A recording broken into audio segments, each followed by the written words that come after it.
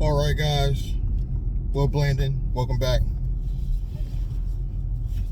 Nice Guy Driver on my new YouTube channel. If you haven't, go check it out. Nice Guy Driver.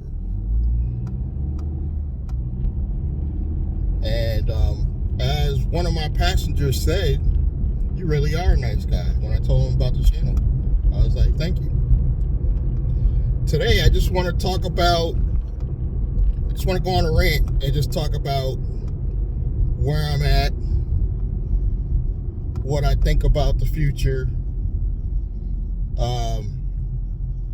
Uber driving has become very shitty, as I'm sure you've heard. My Nice Guy Driver channel is probably doing better than all my finance channels put together, because I think the Uber driver, Lyft driver community is stronger. And even though we all bitch and moan and disagree, we somewhat stick together. And that's one thing I do like about the rideshare community. The finance stuff, though, I'm going to continue doing because that's my heart. That's my passion. And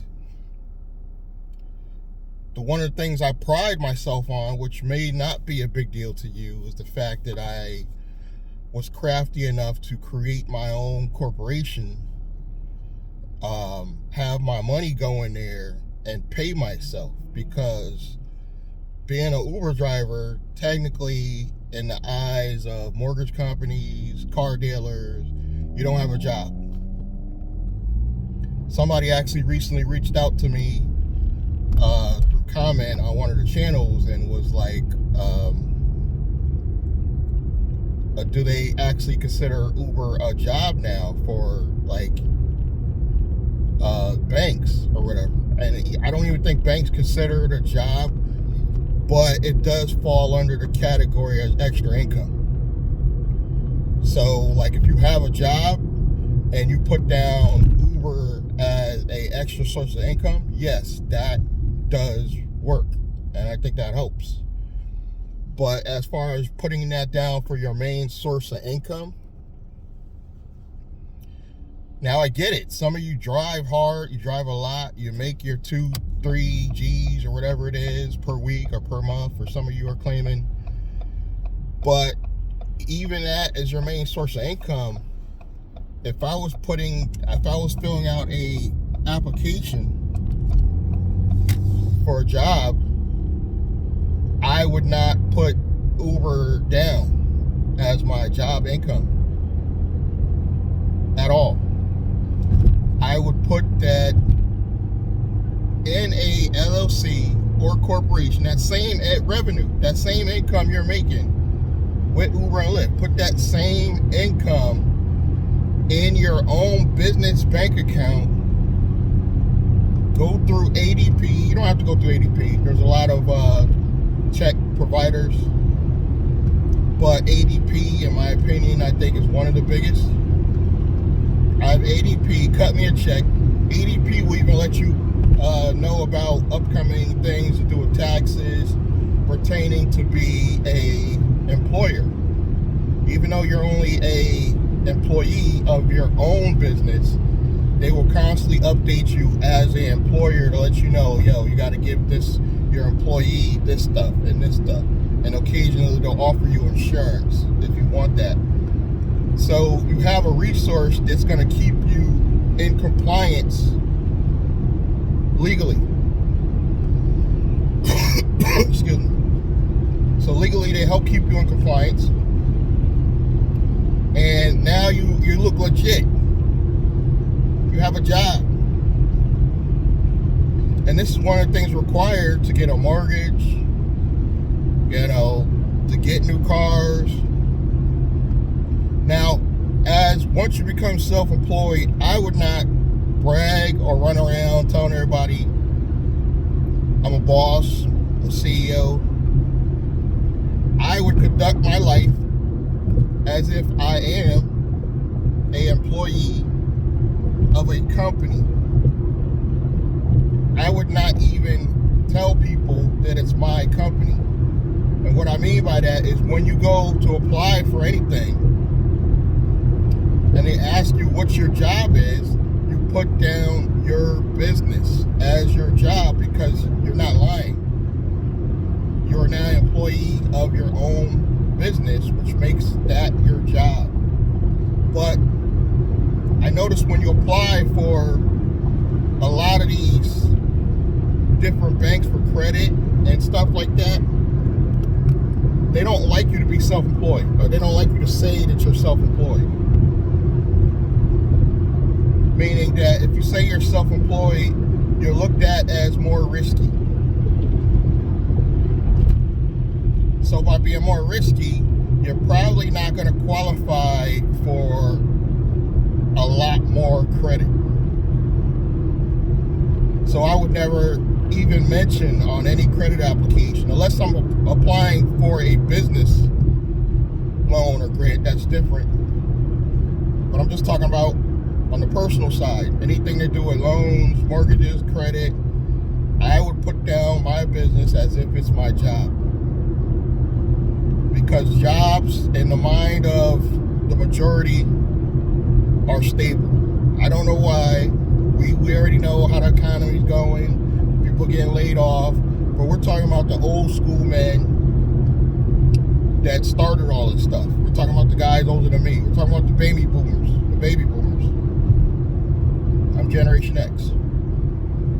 They are the ones that started a lot of this stuff. So they created the rules. And the rules are, if you have a corporation or LLC, it used to just be corporations. Back in the day, about just 10 years ago, it was only corporations looked legitimate to business loans and lenders. But now LLCs come into play. Of course, partnerships under LLCs or whatever. They look legit. And by looking more legit, you're going to qualify for more funding. So I say whatever helps you look more legit, you got to do that. And you can't say, unless, like I said, again, unless you're using Uber and Lyft as your extra income, I would not put Uber and Lyft. I would set up an LLC and put that money in your LLC. It doesn't matter if you pay tax on it twice, because there's going to always be tax advantages on top of tax advantages. Don't worry about, like, I got a C Corp. And people, oh, but you got the double taxation. C Corp's got a lot of tax advantages as well. It's all about what you're trying to do, what your planning is. No, I'm not a tax professional at all. And I don't want you to take this as legal advice. I'm just giving you my experience as an entrepreneur, period. And whether you share or want to go on this journey with me, it's up to you. But, and I've made mistakes. I don't want you guys to think I haven't made mistakes as an entrepreneur. I made a lot of mistakes. That's the point of this channel. To help you guys avoid the mistakes I've already made.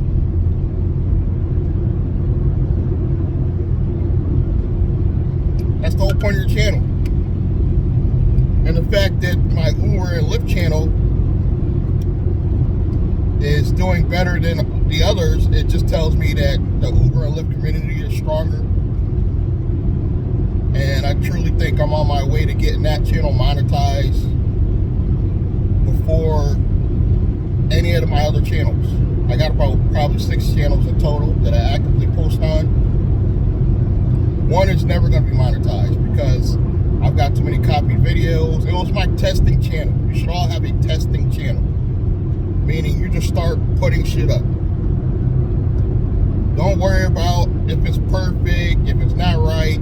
Just take one channel, create it, and start putting shit up. If you want to check mine out, it's William Bootsy Blanding.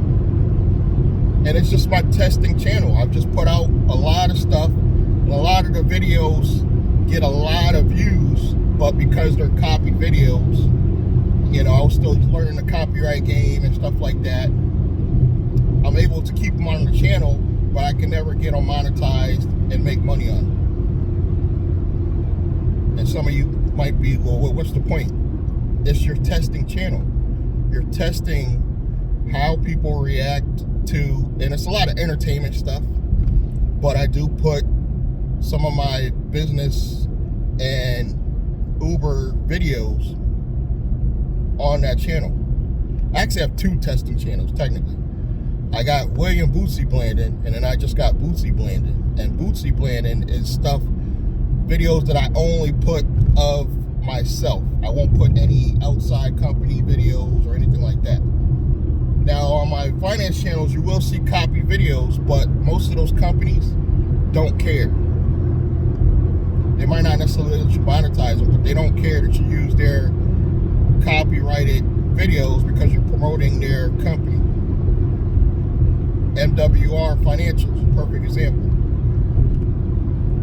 I don't foresee myself getting in any trouble for posting videos of NWR Financials. The exact videos, I'll copy them, put them on my channel, and the reason why they probably won't care is because you're promoting their company.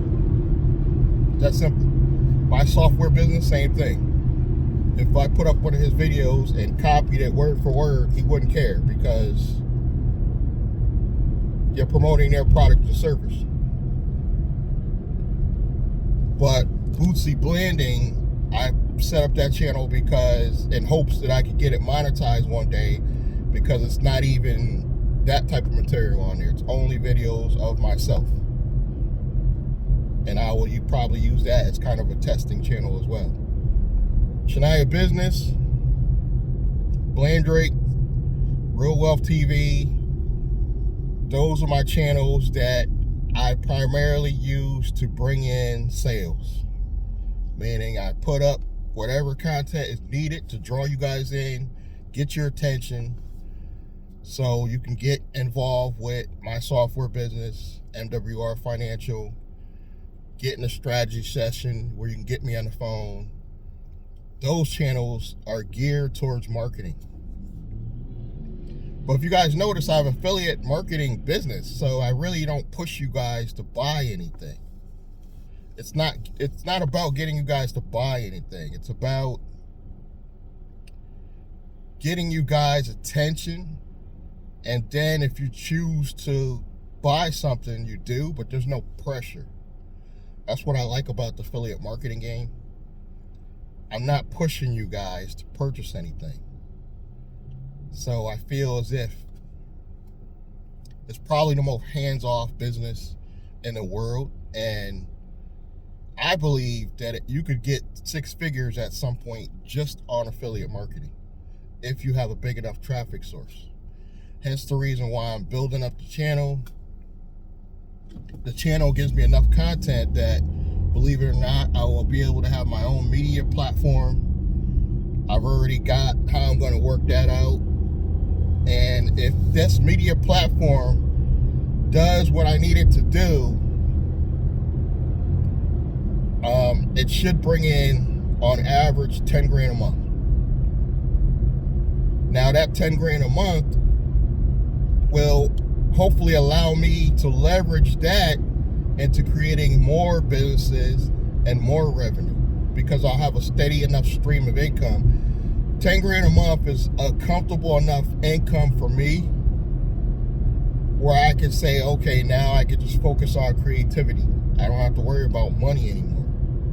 So that's the whole point of getting to that level. And your level may be higher, it may be lower. Some of you might be happy with 5 grand a month. I would be 100% comfortable with 10 grand a month or close to it, say 9 grand a month, on a consistent basis. Now, the media platform will make the money consistent, because AdSense revenue, even if I start getting AdSense, it will never be consistent. Never. And that's because your content is controlled by YouTube. And although I like YouTube, it still controls your content. So by creating my own platform and And this company is awesome that I'm going to go with, because if you're ready to go to iOS or Android and your own app, they do everything. They maintain it. All you got to do is put in content. They will do everything else. And it's going to be pricey, but I mean, by the time I'm making that amount of money, even if I'm spending about, on average, probably $500 to $700 a month for them to maintain everything for the platform, where you don't have to do anything, but I'm bringing in 10 grand a month, at that point it'll be worth it. Spend out 7, but you're getting 10. Those look like very good averages to me. But in the meantime, I just continue building content, and I will never run out of things to put on my own platform. Wow, it is crowded out here today. All right, guys, I just wanted to do that little rant. Thank you guys for your time, support. Continue to watch. I hope you subscribe, and I'm going to catch you guys in the next one. Thank you.